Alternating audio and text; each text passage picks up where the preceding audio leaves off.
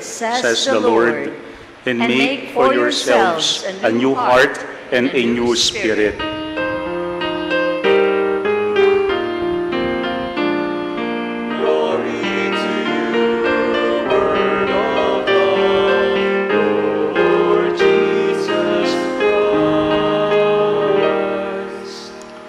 My dear sisters and brothers, the Lord be with you. And with your spirit. A reading from the Holy Gospel according to Matthew. Glory to you, O Lord. Jesus said to his disciples, I tell you, unless your righteousness surpasses that of the scribes and the Pharisees, you will not enter the kingdom of heaven. You have heard that it was said to your ancestors, you shall not kill, and whoever kills will be liable to judgment.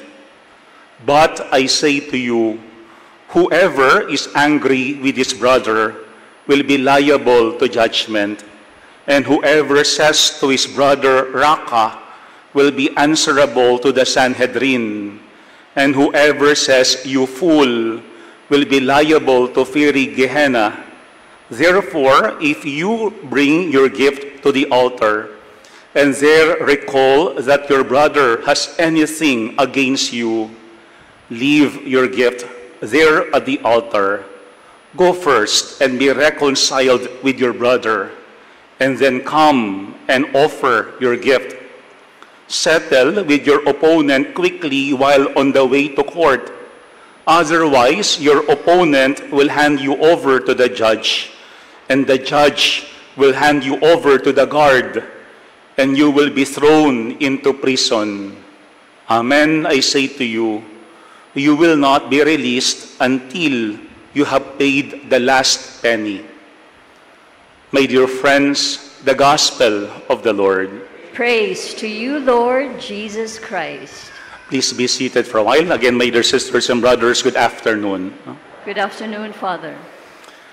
Maybe we have to ask ourselves what comes to our mind when we hear the word holy, righteousness, holiness.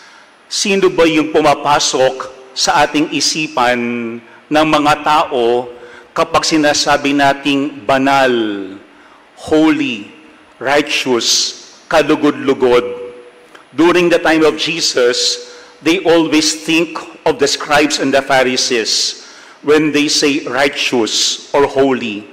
Kasi sila yung mukha ng kabanalan nung panahon ni Yesu Cristo. Alam mo, it was very interesting because in our gospel, Jesus said, I tell you, unless your righteousness surpasses that of the scribes and the Pharisees, you will not enter into the kingdom of heaven. Surpasses.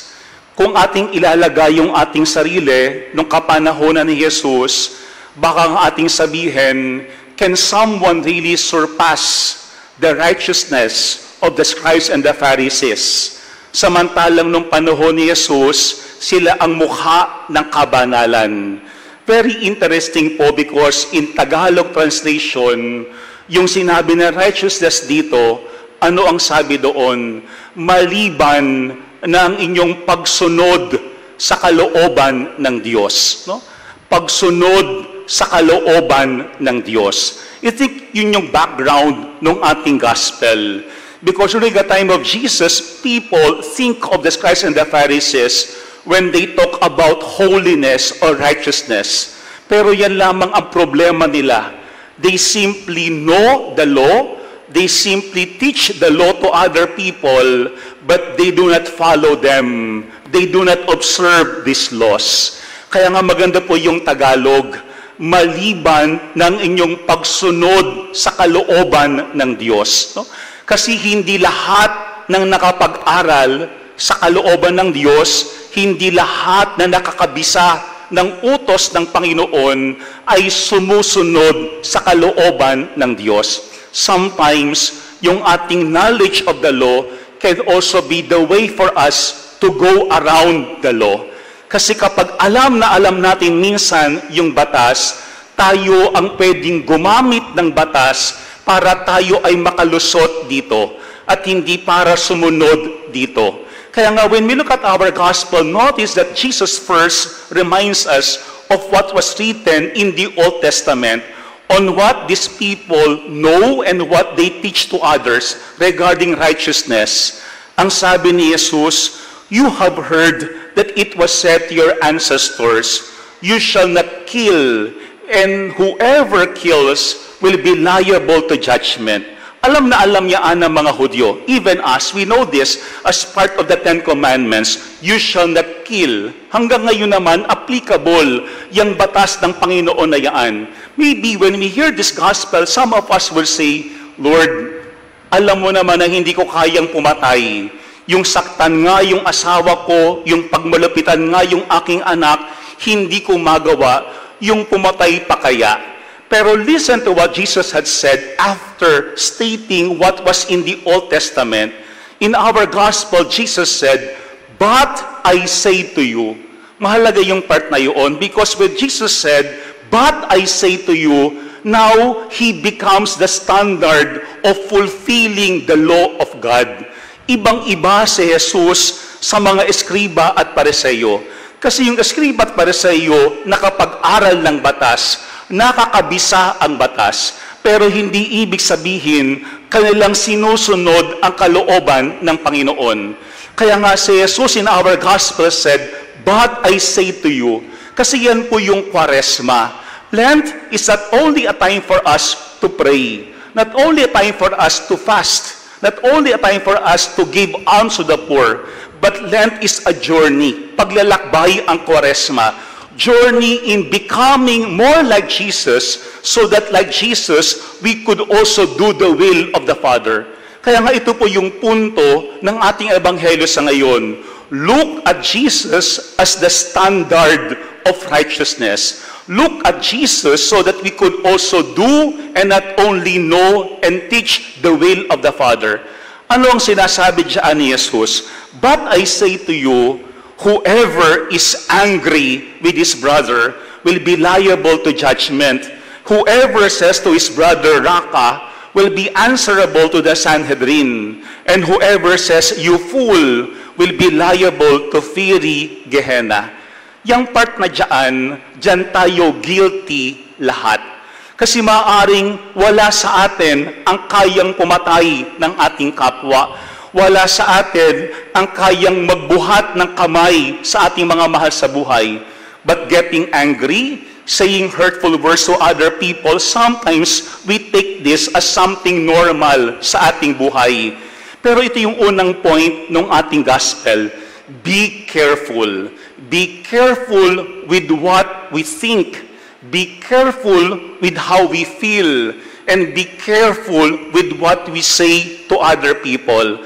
Kasi ano man ang ating isipin, ano man ang ating maramdaman, ano man ang ating sabihin sa ating kapwa, will always have repercussions not only in ourselves, but also in other people. Noong isang araw, meron akong binabasang isang e-book. Ang title is Hurtful Words and Healing Words. No? Ang sabi ng librong yun, hindi lahat ng iyong nararamdaman, hindi lahat ng iyong naiisip, kailangan mong sabihin. No? Hindi lahat ng iyong nararamdaman o lahat ng iyong iniisip, kailangan mong sabihin. You have to discern. Not only discern if it is right, but discern also if it will be helpful to the other person.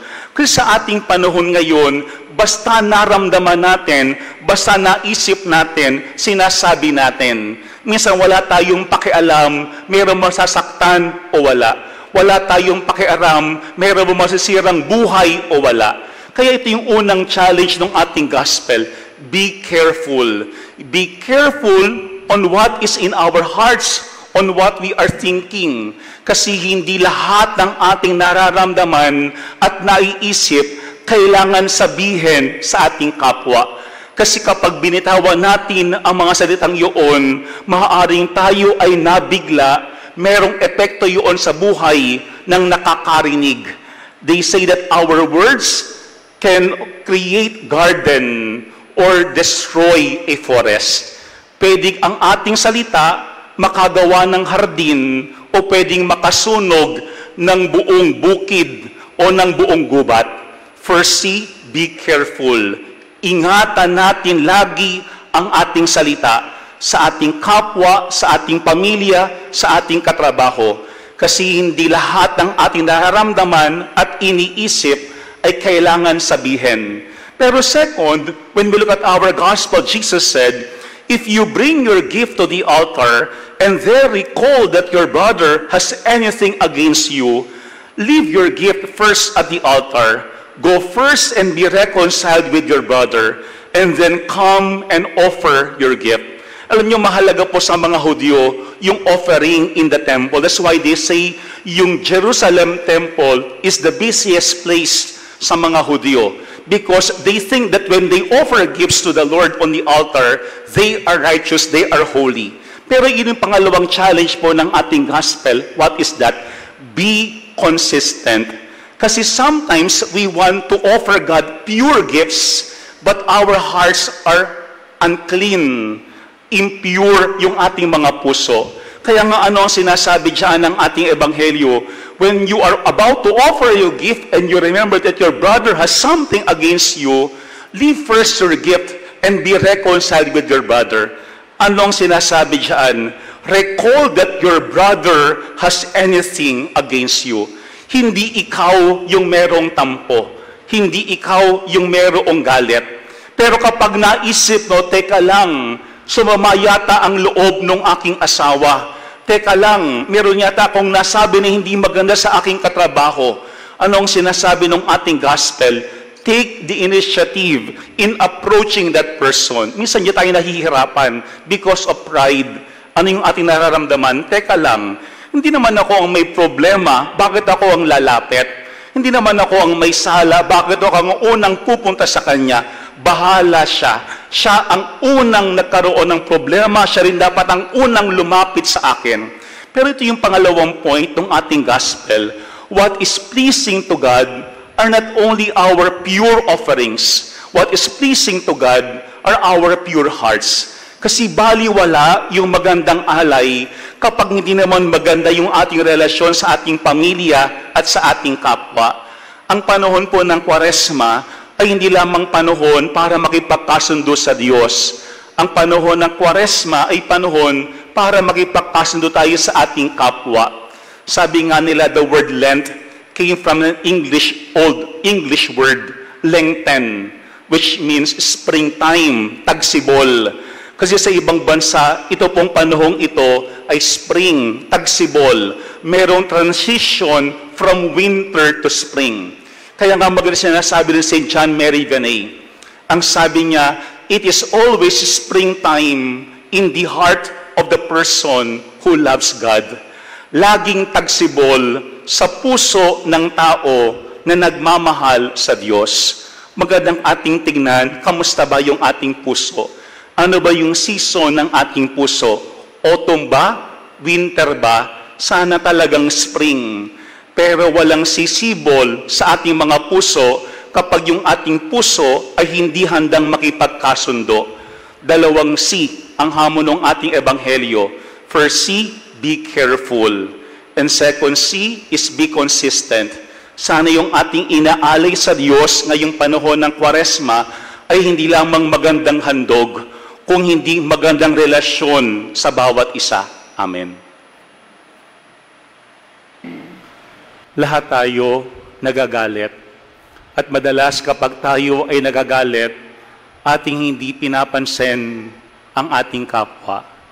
Siguro kapag tayo ay nagagalit, huwag nating pansinin ang ating galit para hindi lumala ang ating galit. Pag pinansin ang ating galit, lumalala ang ating galit. The Lord be with you. And with your spirit. Bow your heads and pray for God's blessing.